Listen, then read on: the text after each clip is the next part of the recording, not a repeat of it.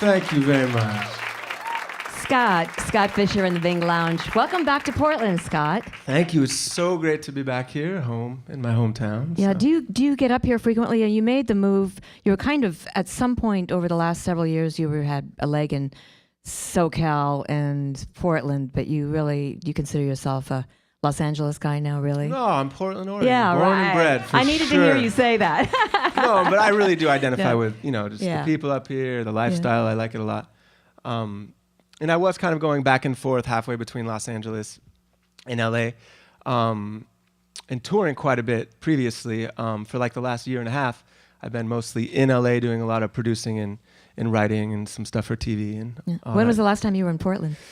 I was here in August. Oh, okay. So my mom's good. still here by the good, zoo, good. and I There's try all to get up here yeah. as much as I can. And I know you have a lot of friends in the house with us right Yes. now. So Many Yeah. familiar faces. a lot of musician friends and friends. I wanted to do a little bit of fill-in, picking up the pieces between the last album you had in 2009, Step Into the Future, because it's one of those, I think it's one of those classic struggles that musicians have. It seemed pretty easy. You struggled to get a record deal, and you got the record deal, and then you could, but here your Step Into the Future got raves, best unsigned band, and everybody's, raving about it, but chirp, chirp, nothing. Wow. Well, Frustrating. No, it's definitely a different business than, let's say, in the 90s, when labels were kind of making a lot more money and kind of giving away a lot more money. And it's definitely a little bit the Wild West in the music biz right now. But I feel like that's an opportunity, to kind of get out there and try different things. And there's not a lot of artist development anymore.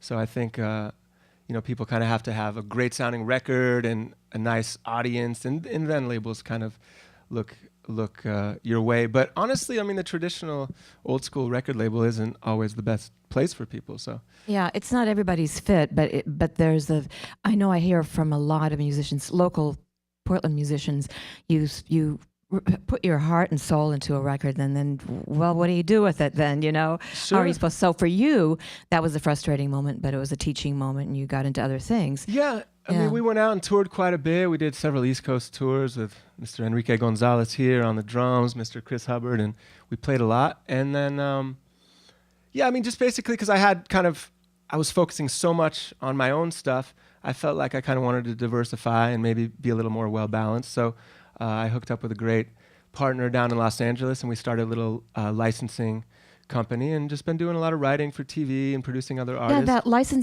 licensing thing is the way to make money right now, isn't it? Not everybody gets on board that thing, but you did, and it was really lucrative for you. Well, the lifeblood of the industry is songs, still. So owning masters and songs and being able to be involved in the writing side is really interesting and super fun. Just to be able to write for other people without the idea of having to write for myself, which maybe I would put more pressure. Yeah, on you've had myself. songs like on Gossip Girl and Parks and Rec and things like that. Yeah. So just sometimes they'll license stuff we already have, or other times we've been kind of developing nice relationships where they call us and they're like, well, we want a bossa nova song in French. Can you do that? Not that I know how to do that at all, but I'm like, yes, of course, we can make that happen, no problem. And so we just kind of learn as we go, and that's kind of how we do it. So what happened to you one day when you went, okay, here I am wanting to do my own music? It's a different, like you were saying, it's a little different kind of a world